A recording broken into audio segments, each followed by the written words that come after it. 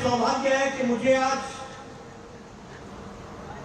Bharatiya Janata party के नूरपुर कार्यालय और पालमपुर के कार्यालय का श्री गणेश करने का सौभाग्य मिला है।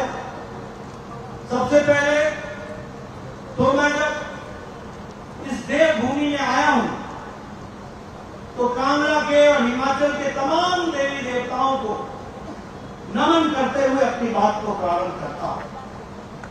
लेकिन यहां आओ और मां चामुंडा को नमन न करूं, मैं यहां आऊं मां ब्रजेश्वरी के को नमन न करूं, मैं यहां आऊं और ज्वाला माता को माथा न टेकूं, मां चिंतपूर्णी को याद न करूं, तो शायद मेरी यात्रा अधूरी होगी। इसलिए सबसे पहले इन तमाम देवी देवताओं को नमन करते हुए अपनी बात को प्रारंभ करता हूं। मित्रों, मेरे से पूर्व हमारे साथियों ने आपके साथ बहुत सी बातें की और उन्होंने बड़े तफसील से आपके सामने देश की, प्रदेश की परिस्थितियों पर भी चर्चा की। कुछ बातों पर मैं भी चर्चा करूंगा, लेकिन उसके पहले मैं कार्यकर्ताओं को ये जो कार्यालय आज खुला है, इस कार्यालय से जिन बातों के कारण ये खुला है उस पर मैं खुलासा करना चाहता हूं। जब प्रधानमंत्री मोदी जी 2014 में भारत के प्रधानमंत्री बने और हमारे राष्ट्रीय कार्यालय में 11 अशोक रोड में वो आए और उन्होंने हमारे कार्यालय में बैठकर हम सबसे चर्चा की और मुझे याद है आज भी उन्होंने कहा था, क्योंकि मैं उस समय जनरल सेक्रेटरी के रूप में हेडक्वार्टर इंचार्ज था, तो उन्होंने मुझसे पूछा, नड्डा जी क्या हम सरकारी भवनों में ही कार्यालय चलाएंगे क्या? कभी हमारा अपना कार्यालय भी होगा? और उस समय राष्ट्रीय अध्यक्ष अमित शाह जी थे। उन्होंने योजना बनाई कि देश में भारतीय जनता पार्टी का प्रदेश के हेडक्वार्टर पर प्रदेश का हेडक्वार्टर का कार्यालय बनेगा और प्रत्येक जिले में भारतीय जनता पार्टी का कार्यालय बनेगा। ये उन्होंने 887 कार्यालयों की रचना की योजना बनाई और आज मुझे खुशी होती है ये बताते हुए कि 500 कार्यालय हमने बना दिए हैं। ये 501 और 502 कार्यालय यानी पालमपुर और नूरपुर, और यहां भी प्रदेश में 8 कार्यालय बन चुके हैं। बाकी जो बचे हैं वह भी बन जाएंगे, ये हमको ध्यान रखना है। 122 कार्यालयों का जमीन को ढूंढने का काम चल रहा है और 116 कार्यालय अभी अंडर कंस्ट्रक्शन है। इसलिए आने वाले समय में सभी कार्यालय समयबद्ध तरीके से बनेंगे और वो आप सबको समर्पित होंगे। मैं यहां ये भी कहना चाहता हूं, मित्रों, ये कार्यालय ही नहीं है। आपने देखा होगा, मैं गया हूं, वो एक संस्कार का केंद्र है, वो ऑफिस नहीं है। ऑफिस 10 बजे खुलता है, 5 बजे बंद हो जाता है। बीजेपी के कार्यालय कभी इसके ताले नहीं लगते, ये हमेशा खुला रहता है, 24 घंटा खुला रहता है और यहाँ पर योजनाएं बनती हैं। इसलिए मोस्ट मॉडर्न फैसिलिटीज के साथ बना हुआ ये कार्यालय आप सबको मुबारक। इस संस्कार केंद्र से आप संस्कार लें और कार्यालय का सदुपयोग करते हुए सभी नूरपुर की सीटों पर आने वाले समय में कमल का परचम लहराएं, कमल को गिराएं और भारतीय जनता पार्टी को आगे बढ़ाएं। ये इस कार्यालय से मुझे मित्रों, अभी हमारे मित्र अनुराग ठाकुर जी और जयराम ठाकुर जी आपसे मोदी जी के समय के कार्यों के बारे में चर्चा कर। मैं यहां आपको एक बात कहना चाहता हूं। लंबी समय से मैं भी राजनीति में, हिमाचल प्रदेश को भी राजनीति के उतार चढ़ाव मैंने देखे। बहुत से समय देखे। अगर हमने सावन देखा है तो पत्थर भी देखा, अगर हमने हरियाली देखी है तो हमने मुसीबत भी देखी। लेकिन मैं ये कह सकता हूं कि आज भारतीय जनता पार्टी के एक एक कार्यकर्ता का सीना, छाती चौड़ी हो जाती है जब हम ये कहते हैं कि भारतीय जनता पार्टी दुनिया की सबसे बड़ी पार्टी बनकर के आती है। चाइना के कम्युनिस्ट पार्टी की सदस्य संख्या 9 करोड़ है और भारतीय जनता पार्टी की सदस्य संख्या 18 करोड़ है, दुगनी ये भारतीय जनता पार्टी। दूसरी बात जो आप लोगों के लिए याद रखने वाली बात है, ये अकेली देश में एक ऐसी पार्टी है जो वैचारिक निष्ठ है, विचारों पर चलने वाली पार्टी है और विचारों के लिए काम करने वाली पार्टी। बाकी सभी पार्टियां विचार शून्य हो चुकी, सत्ता के लिए, कुर्सी के लिए, किसी भी किस्म का समझौता करने के लिए तत्पर। आज मुझे कई बार हंसी लगती है और आश्चर्य नहीं लगता, कांग्रेस पार्टी और सीपीएम दोनों हाथ मिला करके चुनाव में उतरते हैं। कहां चली गई आपकी वैचारिक विचार? लेकिन भारतीय जनता पार्टी अकेली पार्टी है। अगर हमने 1952 तिरपन में कहा एक देश में 2 निशान, 2 विधान, 2 प्रधान नहीं चलेंगे, तो 2019 में 6 अगस्त को मोदी जी ने धारा 370 को धाराशाही कर दिया और धारा 370 को समाप्त करके भारत को एक रूप में पिरो दिया, यूनिफिकेशन कंप्लीट कर। कितनी लंबी यात्रा की, 52 से 2019 पार्टी ने स्टैंड नहीं छोड़ा। यही पालमपुर में हमारी पार्टी ने कहा था कि हम भव्य राम मंदिर बनाएंगे, यही पालमपुर में प्रस्ताव पारित हुआ। कहा 93-94, कहा 90 और कहा 2021-22 जो हमने कहा था वो किया और प्रधानमंत्री मोदी जी ने राम जन्मभूमि के स्थान पर शिलान्यास किया और अगले साल भव्य राम मंदिर बनकर के तैयार होगा। यह हम लोगों की वैचारिक 60 के दशक में 60s में हमने कहा था कि हम परमाणु शक्ति बनेंगे, अणु शक्ति बनेंगे। कांग्रेस पार्टी हमारा मजाक उड़ाती थी। कांग्रेस पार्टी कहती थी ये अणु शक्ति क्या करेगा, नहीं हो पाएगा। मिसेस गांधी ने पोखरान में टेस्ट करने की कोशिश की थी और की, लेकिन वो सारे के सारे प्रोग्राम रोक दिए। कांग्रेस पार्टी हिम्मत नहीं कर पाई। लेकिन 1998 में अटल बिहारी वाजपेयी ने मई महीने में धूप में मीडिया के सामने कहा पोखरान में हमने अणु शक्ति का परीक्षण कर लिया है, भारत अणु शक्ति बन चुकी है। यह हमारा विचार है।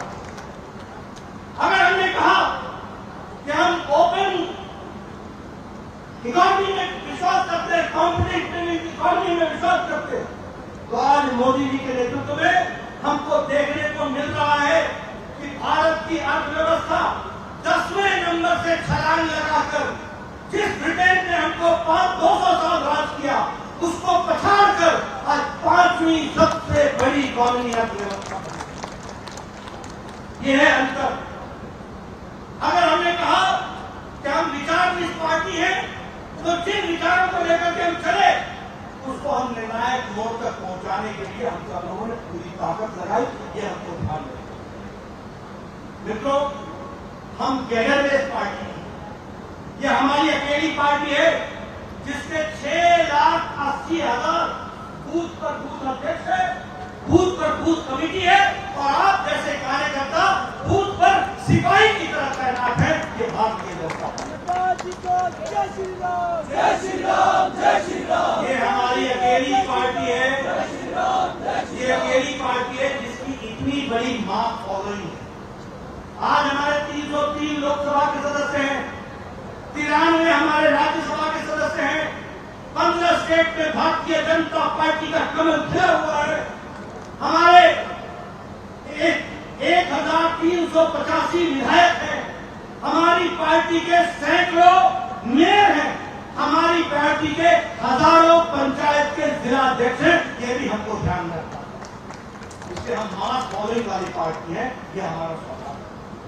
और सबसे बड़ी बात यह है कि हमारे को बड़े गौरव के साथ हम कह सकते हैं, सेवा करना, सुशासन चलाना और गरीब कल्याण के लिए काम करने वाली अकेली पार्टी है तो भारतीय जनता पार्टी है। ये मैं आपको ये भी बताना चाहता हूं, मैं आपको ये भी बताना चाहता हूं कि सारी पार्टियां विचार शून्य तो हुई, सारी पार्टियां अब परिवार की पार्टी में बदल गई। कोई पार्टी नहीं रह गई जहां साधारण कार्यकर्ता भारत का प्रधानमंत्री बन सकता है। कोई पार्टी नहीं रह गई जहां मुझ जैसा साधारण कार्यकर्ता भारतीय जनता पार्टी का राष्ट्रीय अध्यक्ष बन सकता है। कोई ऐसी पार्टी नहीं रह गई जहां साधारण परिवार से आने वाला जयराम ठाकुर मुख्यमंत्री बन सकता है। कोई ऐसी पार्टी नहीं रह गई जो साधारण परिवार से आकर भारत का मंत्री बन सकता है। कोई पार्टी कहने के लिए नहीं कह रहा हूं, नक्शा में आपको बताना चाहता हूं। शुरू करो जम्मू कश्मीर से। मुफ्ती मोहम्मद सईद, उनकी सुपुत्री, वही उसी ने पीडीपी संभाली। ये परिवार की पार्टी नहीं तो क्या है? उमर अब्दुल्ला और फारूक अब्दुल्ला, उसके ऊपर शेख अब्दुल्ला, शेख अब्दुल्ला का बेटा फारूक अब्दुल्ला, फारूक अब्दुल्ला का बेटा उमर अब्दुल्ला। अब नया अब्दुल्ला आएगा, कोई और नहीं आएगा, उस पार्टी में वही अब्दुल्ला आएगा। ये कैसे हुआ?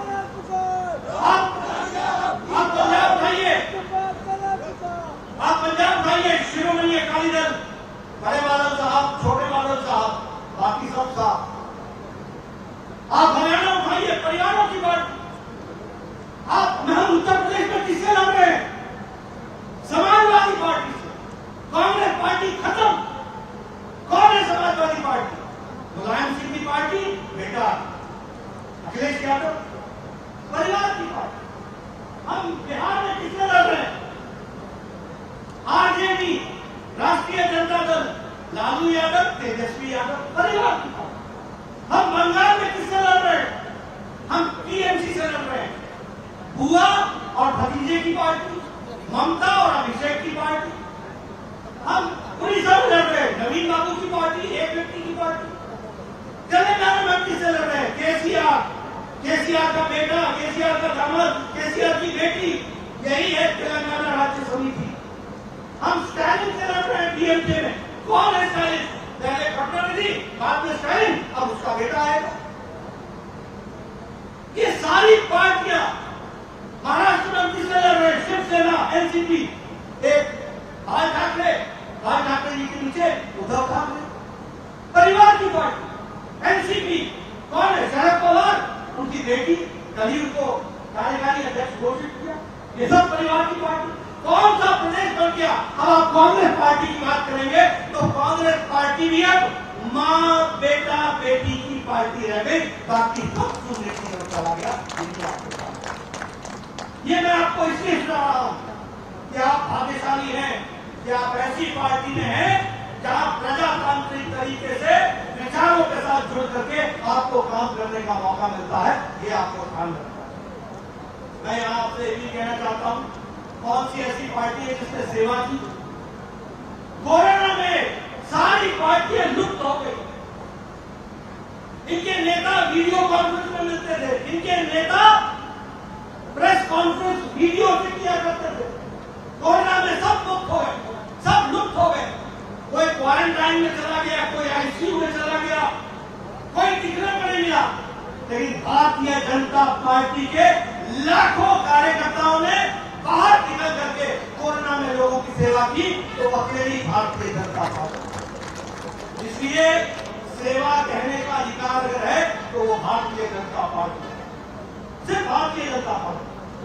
सुशासन की बात करें तो आज मोदी जी के नेतृत्व में जो सरकार चल रही है, 2014 के पहले क्या तस्वीर थी? 2014 के पहले भ्रष्टाचार से युक्त पार्टियां, भ्रष्टाचार से युक्त सरकार, स्कैंडल पे स्कैंडल, स्कैंडल पे स्कैंडल, आज स्कैम से निकल करके स्कीम पर पहुंच गई। मोदी जी के स्कीम आवाजे और स्कीम के माध्यम से आते हैं। भ्रष्टाचार से युक्त के साथ साथ पॉलिसी पैरालिसिस था। आज हम पॉलिसी पैरालिसिस से निकल करके मजबूत सरकार, दमदार सरकार, निर्णायक सरकार, मोदी सरकार, इस दृष्टि को लेकर के हम आगे बढ़े। और जी ये जो ब्लैक स्पॉट था, आज वो भारत ब्राइट स्पॉट बन गया, ब्राइट स्पॉट।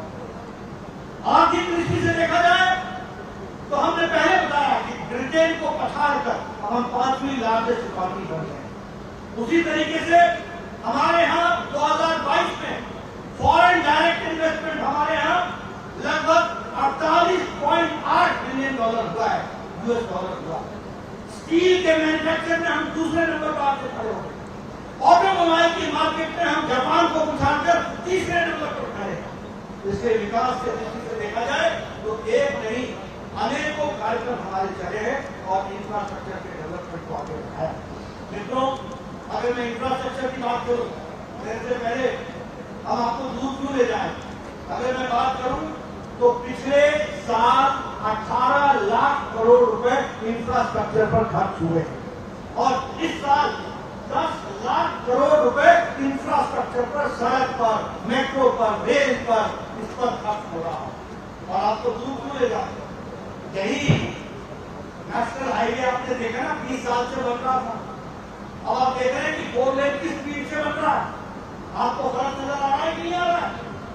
आपको चक्की से चंबा की सड़क का काम दिखता है कि नहीं दिखता? आपको एक कांगड़ा वाली सड़क पर काम दिखता है कि नहीं दिखता? ये बताता है कि ये जो 18 लाख करोड़ रुपए और ये 10 लाख करोड़ रुपए जो इस साल खर्च हो रहा है, वो आपकी नूरपुर और कांगड़ा की धरती पर भी लग रहा है। इसको भी हमको याद रखना। उसी तरीके से आज रेलवे ट्रैक की बात करें, दुनिया का सबसे ऊंचा ट्रैक रेल का वो कहीं और नहीं बन रहा है, वो हिमाचल प्रदेश में बन रहा है, वो बिलासपुर रेल लाइन बन रहा है और उसका काम तेजी से बिलासपुर में कर रहा है। इसके विकास की बात करें, 70 साल में 74 एयरपोर्ट बने और मोदी जी के राज में 9 साल में 74 एयरपोर्ट बनकर के तैयार हुए। ये भी हमको जय श्री राम, जय श्री राम, जय श्री राम, अगर हम जय श्री राम, जय श्री राम, अगर राष्ट्रीय सुरक्षा की बात करें, जय श्री राम, जय श्री राम, अगर हम राष्ट्रीय सुरक्षा की बात करें तो एक कांग्रेस का डिफेंस मिनिस्टर थे, कहते थे कि बॉर्डर में रोड नहीं बनाना, यही हमारी स्ट्रेटजी है, यही हमारा डिफेंस है कि हम बॉर्डर पर रोड नहीं बनाएंगे। और आप पहाड़ी लोग और हम पहाड़ी लोगों को मालूम है कि बॉर्डर पर हमारे लोगों को जाने में कितनी दिक्कत होगी। 9 साल के अंदर मोदी जी ने 13,525 किलोमीटर बॉर्डर पर सड़क बना दी है और ब्रिटिश के साथ शामिल किया। दूसरी तरीके से ग्रामीण सड़क वो 3,28,000 किलोमीटर यह भी देश में बन करके तैयार है। सामाजिक कार्यक्रम की दृष्टि से अगर देखा जाए तो चाहे प्रधानमंत्री आवास योजना, प्रधानमंत्री गरीब कल्याण अन्न योजना, 80 करोड़ की जनता को मुफ्त अनाज देना, उज्ज्वला योजना, उजाला योजना, प्रधानमंत्री किसान सम्मान निधि, प्रधानमंत्री फसल बीमा योजना, एक पर एक योजनाएं जो है वो सारी की सारी चलाई गई है और उसमें लोगों को लाभ मिले इस बात का प्रयास है। इससे गांव, गरीब, वंचित, पीड़ित, शोषित, दलित, किसान, युवा, महिला, इनकी चिंता अगर की है तो नरेंद्र मोदी जी की सरकार ने चिंता की है। ये हमको ध्यान है। मैं इस बात को जब आगे बढ़ाता हूं तो मैं आपसे यह भी कहना चाहता हूं, हमारे अभी कुछ साथियों ने आपसे चर्चा की है।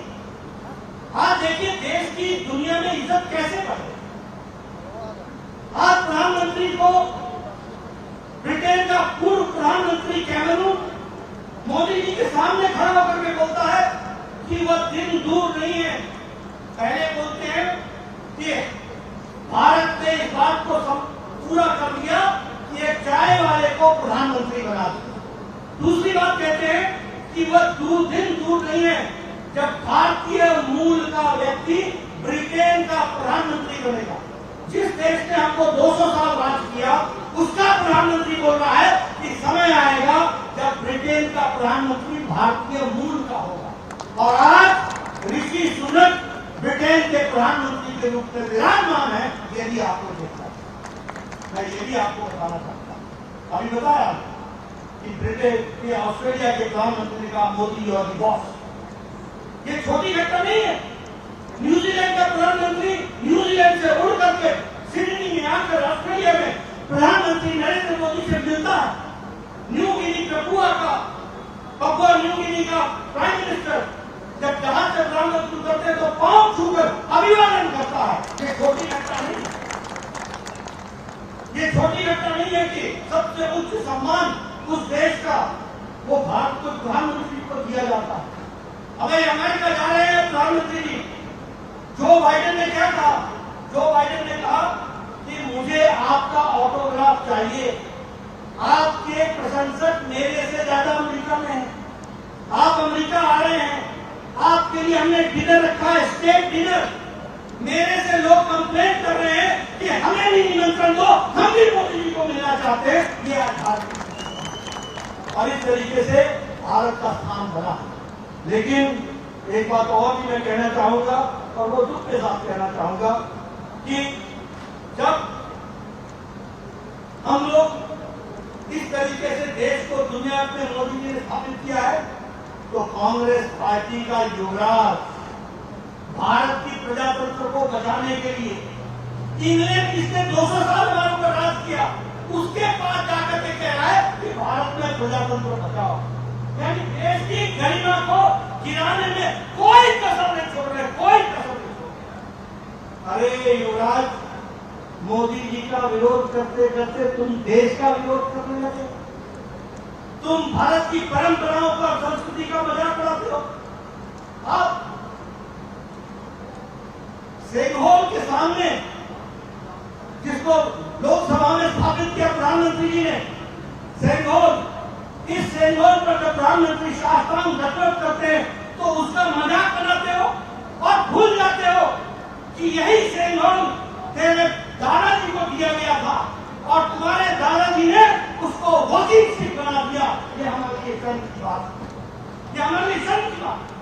और उसी को फिर से प्रधानमंत्री जी ने चोल डायनेस्टी में मठों के द्वारा पूज किया हुआ राष्ट्रभक्ति का प्रतीक, राष्ट्र धर्म का प्रतीक, सेवा भाव का प्रतीक, देश की अस्मिता का प्रतीक, उस सेंगहोल को फिर से लोकसभा में स्पीकर के पीछे उसको स्थापित किया ताकि प्रजातंत्र धर्म के आधार पर चले, राष्ट्र धर्म के आधार पर चले, कोड ऑफ कंडक्ट पर चले, भारत के संविधान पर चले। और तुम उसका मजाक उड़ाते, ये तुम्हारी स्थिति होती है। इसी तरीके से आप बोलते हो कि आप भारत छोड़ोगे, आपने तोड़ने में कसर क्या छोड़ी है? क्या कारनामे नहीं किए आपने? जिन लोगों ने नारा लगाया अफसर हम शर्मिंदा हैं, तेरे कातिल जिंदा है, उनके साथ तुम जाकर जवाहरलाल नेहरू यूनिवर्सिटी में हाथ से हाथ मिला करके खड़े हो गए। जिन लोगों ने नारे लगाए भारत तेरे होंगे टुकड़े टुकड़े इंशाअल्लाह इंशाअल्लाह, उनके साथ तुम हाथ मिला करके जवाहरलाल नेहरू यूनिवर्सिटी में खड़े हो गए। किस मुंह से तुम भारत जोड़ने की बात करते हो? पहले इस दुनिया से माफी मांगो, देश से माफी मांगो। राहुल गांधी जी, आपको माफी मांगनी पड़ेगी। देश जानता है कि आप तोड़ने वालों के साथ खड़े हो, आप जोड़ने की बात नहीं करते। और मैंने पहले भी कहा कि ये जो तुम दुकान खोल करके बैठे हो, ये नफरत का मेगा शॉपिंग मॉल खोला है, नफरत का मेगा शॉपिंग मॉल। यह तुम्हारी स्थिति। प्रदेश के बारे में अभी जयराम जी आपके सामने बता रहे, छल करके राजनीति में सत्ता में आ जाना ये एक बार होता होगा। मैं आपको बताना चाहता हूं मित्रों, तैयार रहो, अच्छे से काम में जुटो। काट की हांडी बार बार नहीं करती है।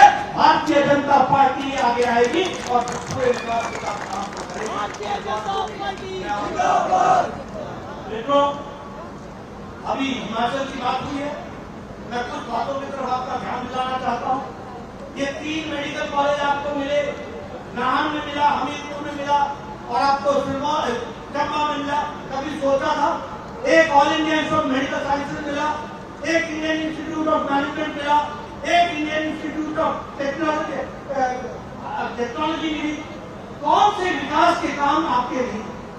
आज हम प्रयास कर रहे हैं कि मंडी के पल वैली में एक एयरपोर्ट बने और वो इंटरनेशनल स्टैंडर्ड का एयरपोर्ट बने ताकि हिमाचल विकास कर सके। मैं आपसे एक ही निवेदन करना चाहता हूं मित्रों, हम सब राजनीतिक कार्यकर्ता हैं, हम सब लोगों को राजनीति की गहराई को समझना है। हम सेवा, सुशासन और गरीब कल्याण के लिए समर्पित हैं। इसलिए हमें रुकना नहीं है, हमें काम में जुटना है, आगे बढ़ना है और अपने मंजिल तक पहुंचे बगैर आराम नहीं करना है। और हमारा मंजिल भारत को अमृत काल में 2047 में विकसित राष्ट्र बनाना है, डेवलप्ड नेशन बनाना है, सबसे आगे खड़ा करना है। उसके लिए हमको काम में जुटना है। आपने मेरी बात सुनी, आपको बहुत बहुत धन्यवाद। एक बार पुनः आपको कार्यालय की बहुत बहुत बधाई।